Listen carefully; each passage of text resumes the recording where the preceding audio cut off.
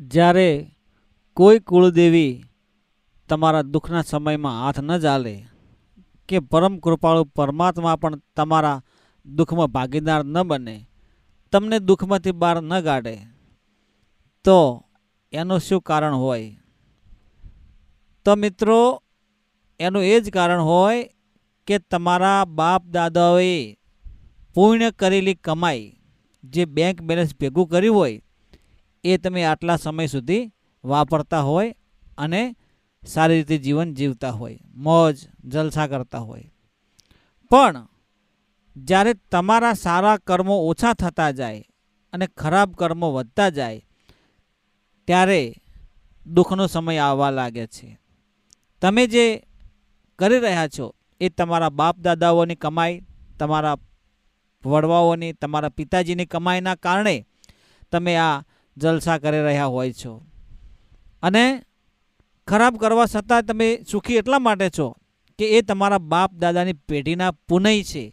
એ સુખના કારણે, એ પેઢીના પુનઃના સુખના કારણે તમે અત્યારે સુખ ભોગવી રહ્યા છો. ઘણા નથી કહેતા કે આ ઘણું ખરાબ કરે છે, અનીતિ કરે છે, પાપ કરે છે, છતાં પણ એ સુખી છે. પણ એ એના પૂર્વજોના કર્મોને આધારે છે.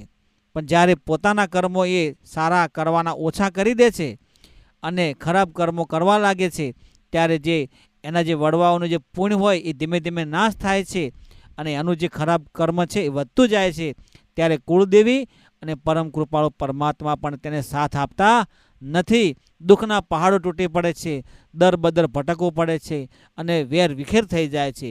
જ્યારે તમને કોઈની હાય લીધી હોય, કોઈના નિહાકા લીધા હોય, કોઈનું ખરાબ કર્યું હોય અને તમારું પેટ ભર્યું હોય, ત્યારે મિત્રો, એટલા માટે ક્યારે કોઈનું ખરાબ ના કરવું, કોઈનું વણ જોઈતું પડાવી ન લેવું.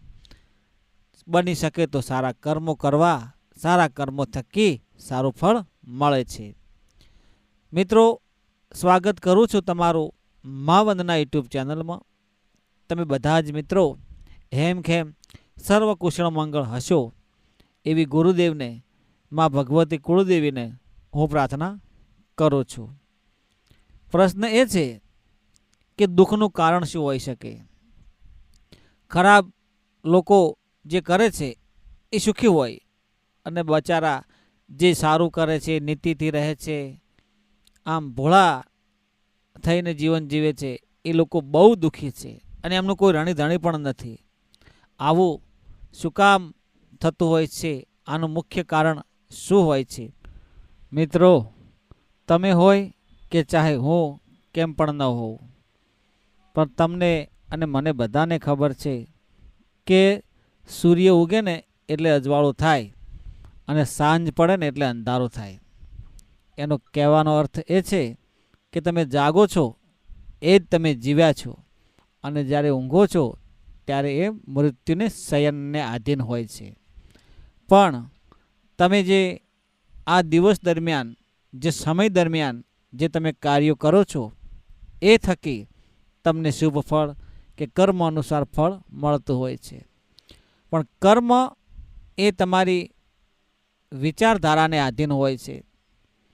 તમે જેવું વિચારો છો, તમે શું કરવા માગો છો, શું કરો છો, આ બધું જ કર્મ ઉપર આધાર હોય છે.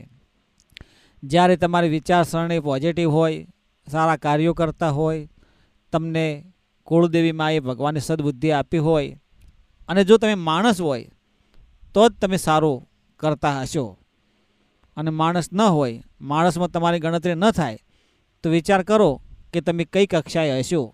એ આપણે આપણી જાતને નક્કી કરવાનું છે.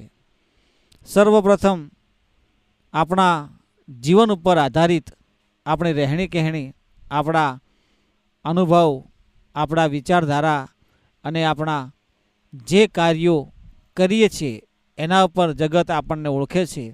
દુનિયા આપણને આપણી રહેણી કહેણી અનુસાર આપણી જીવનધારા કેવી છે, આપણી જીવન ચરિત્ર કેવું છે, આપણે કઈ રીતે જીવન જીવીએ છીએ, એ અને લક્ષીને દુનિયા આપણને ઓળખે છે. તો ક્યારે એવું આપણે કામ ન કરવું કે જેનાથી આપણા મા બાપને, આપણા પૂર્વજોને અને આપણી કારકિર્દી ઉપર આપણને અસર પડે અને આપણી પાછળની પેઢીને પણ અસર પડે. એવું કામ ક્યારેય ન કરવું. જે કરવું એ કુળદેવીને આધીન કરવું, પરમ કૃપાળ પરમાત્માને આધીન કરવું. જગત જેમ જીવે છે એમ જીવવું. જેમ દુનિયા માતાજી કુળદેવી ભગવાનને માને છે એમ આપણે સાચી શ્રદ્ધાથી, સાચા ભાવથી, સાચી ભક્તિથી, નીતિથી સંતોષ રાખી, શાંતિ રાખી અને જીવન જીવવું જોઈએ. તમારે કોઈ કામ કરવું છે તો કોઈને કહેવું નહીં અને એ કામમાં સતત તમારે મહેનત કરીને આગળ વધવું જોઈએ. લક્ષ્ય તમને ઓટોમેટિક એ પ્રાપ્ત થશે. જો તમે કોઈને કહેશો તો એ કાર્ય તમારું સફળ નહીં થાય. એટલે તમે જે ધારો છો, તમે જે ઈચ્છો છો એ તમે તમારા કુળદેવીના આશીર્વાદથી, તમારા માતા પિતાના આશીર્વાદથી અને તમારા ગુરુદેવના આશીર્વાદથી તમે એ કાર્યમાં સફળતા મેળવી શકો છો. જ્યારે કર્મની વાત હોય તો તમે તમારા કુળદેવીને પ્રસાદ ધરાવો છો એ વખતે શ્રીફળ હોય, મીઠાઈ હોય, ભોજન પ્રસાદ હોય, આવી તમે માનતા રાખી શકો છો. કોઈ પણ પ્રકારે વ્યસનવાળી વસ્તુ હોય કે ખરાબ વસ્તુ હોય એની બાધા કે માનતા ક્યારે રાખવી નહીં. ખાસ કરીને જે ઘરમાં દારૂ, મટણ, અભદ્ર વાતાવરણ હોય, ખરાબ વસ્તુનો ઉપયોગ કરતા હોય એઓના ઘરમાં કુળદેવીમાં ક્યારેય રાજી નથી રહેતા, ભગવાન ક્યારેય રાજી નથી રહેતા. જે જીવનું તમે માંસ ખાઓ છો એ પણ એક ભગવાનનો એક જીવ છે. એને મારવાનો તમારો કોઈ અધિકાર નથી અને એનું માંસ ખાવું એ આપણો કોઈ ધર્મ નથી. એટલા માટે કોઈ કર્મ એવું ન કરો કે તમારી પાછળની પેઢીને દુઃખી થવું પડે. બેંક બેલેન્સ એવું જમા કરો કે જે પુણ્યનું હોય, પાપનું નહીં. અને જો તમે પાપના માર્ગે હશો તો પાપી પરલે જાય છે અને પુણ્ય નહીં પેઢી તરી જાય છે. એટલા માટે મિત્રો, દરેકને સારા કાર્યો કરવા માટે હું વિનંતી કરું છું.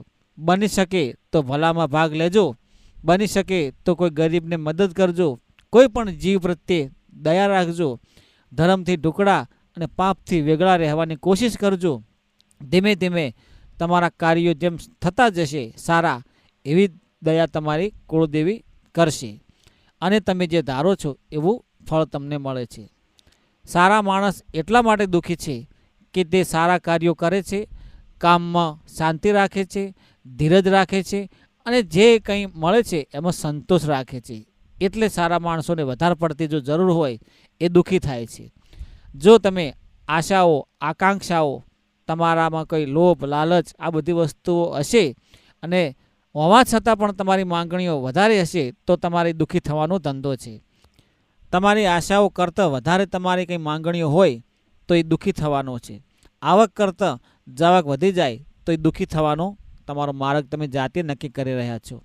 એટલા માટે જેટલી તમારી શક્તિ હોય એટલી ભક્તિ કરો, જેટલી તમે કમાતા હોય એ પ્રમાણે જીવન જીવો અને એમાંથી બચત કરો. બચત કરેલો હશે તો પાછળ તમારે કામ આવશે. પાછળના સમયમાં એ પૈસો બચાવેલો હશે તો તમારે કામ આવશે. તો તમે સુખના દિવસો જોઈ શકશો. અને પૈસો કઈ રીતે ડબલ કરવો, પૈસો કઈ રીતે બમણો કરવો, આવો વિચાર કરવાવાળા, જે 2 નંબર કરવાવાળા જે લોકો છે એમની પેઢી પાછળથી સર્વનાશ થઈ જાય છે. શોર્ટકટમાં જે પૈસો કમાવા જાય છે એ દુઃખને નોતરે છે. એટલે એવા લોકોથી સાવધાન થઈ જજો અને તમે પણ સારા માર્ગે રહેજો એવી હું મારા ગુરુદેવને, મારા કુળદેવીને પ્રાર્થના કરું છું. મિત્રો, આ વિડીયો તમે કયા ગામ, તાલુકા, જિલ્લા, શહેરમાંથી જુઓ છો તે કોમેન્ટમાં જરૂર જણાવજો. તમારા મંતવ્યો, પ્રતિભાવો જણાવવા વિનંતી. જય ગુરુદેવ, જય માતા.